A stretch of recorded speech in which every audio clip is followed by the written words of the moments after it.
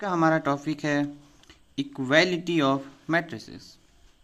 तो दो मैट्रिक्स कब इक्वल होती है, इसको समझने के लिए हमें सबसे पहले मैट्रिक्स की डेफिनेशन को समझनी होगी। तो मैट्रिक्स की डेफिनेशन कहती है कि मैट्रिक्स कुछ नहीं है, ये बस एक अरेंजमेंट है,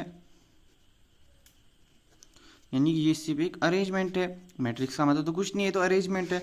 तो अब हमारा क्लियर एक थॉट होता है प्रोसेस की दो अरेंजमेंट वन कहूँ मैं इसे, बराबर दूसरे अरेंजमेंट के कब होगा, दो अरेंजमेंट कब बराबर होंगे।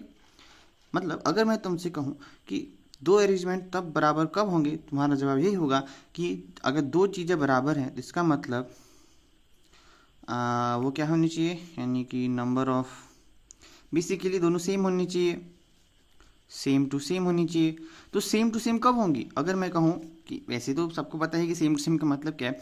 तो अगर मैं कहूँ कि दो दो अरेंजमेंट सेम टू सेम है, इक्वालिटी ऑफ मैट्रिक्स का मतलब ये है कि सेम टू सेम, तो सेम टू सेम, तो दो मैट्रिक्स कब सेम होंगी। तो इसका सिंपल सा जवाब है, अगर मैं कहूँ कि दो अरेंजमेंट सेम है तो इसका मतलब नंबर ऑफ, कि जो भी इसके अंदर एलिमेंट होंगे, जो नंबर ऑफ एलिमेंट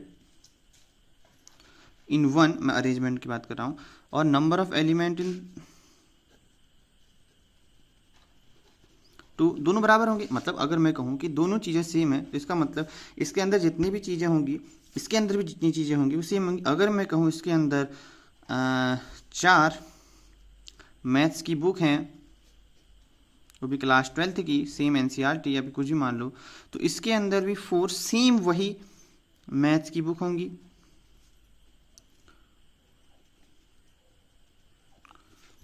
कुछ भी मतलब तुम्हारे संबंधित कुछ भी हो। अगर मैं कहूँ कि इसके अंदर 4 फुटबॉल्स हैं, मतलब तो खाली, अब ये फुटबॉल वगैरह तो सिंपल सी बात होगी कि एक simple out of way of thinking का लिए एग्जांपल है, तो यानी कि रियल लाइफ की अगर समझे तो यानी 4 अगर इसके अंदर फुटबॉल्स हैं तो इसके अंदर 4 ही फुटबॉल, सेम साइज सेम चीज़, तो यानी कि सेम। तो अगर मैं कहूँ कि दो मैट्रिक्स अगर इक्वल हैं, यानी कि दो अरेंजमेंट अगर इक्वल हैं, तो इसका मतलब है कि दोनों अरेंजमेंट क्या होने चाहिए, गौर करिएगा, सेम टू सेम, यानी कि दोनों सेम होने चाहिए। ठीक है, तो अब हम क्योंकि मैट्रिक्स में, तो अगर मैं कहूँ कि मेरे पास ए मैट्रिक्स है, लाइक A11, A12, A21 और A22, और दूसरी मेरे पास मैट्रिक्स है B11, B12, B21, B22। तो अगर मैं तुमसे कहूँ कि ये दोनों मैट्रिक्स सेम टू सेम है, यानी कि इक्वल हैं, तो इसका मतलब हो जाएगा कि जो मैट्रिक्स, अगर मैं तुमसे कहूँ कि AIJ जो कि M क्रॉस N की है, और दूसरी मैट्रिक्स अगर मैं कहूँ BIJ वो भी M क्रॉस अगर N की है, तो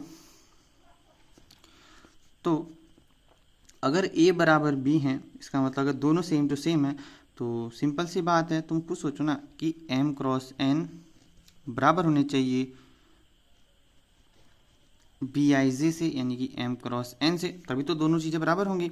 मतलब कि A11 बराबर होगा B11 से, सेम टू सेम, A12 बराबर होगा B12 से, A21 बराबर होगा B21 से, और A22 बराबर हो जाएगा B22 से।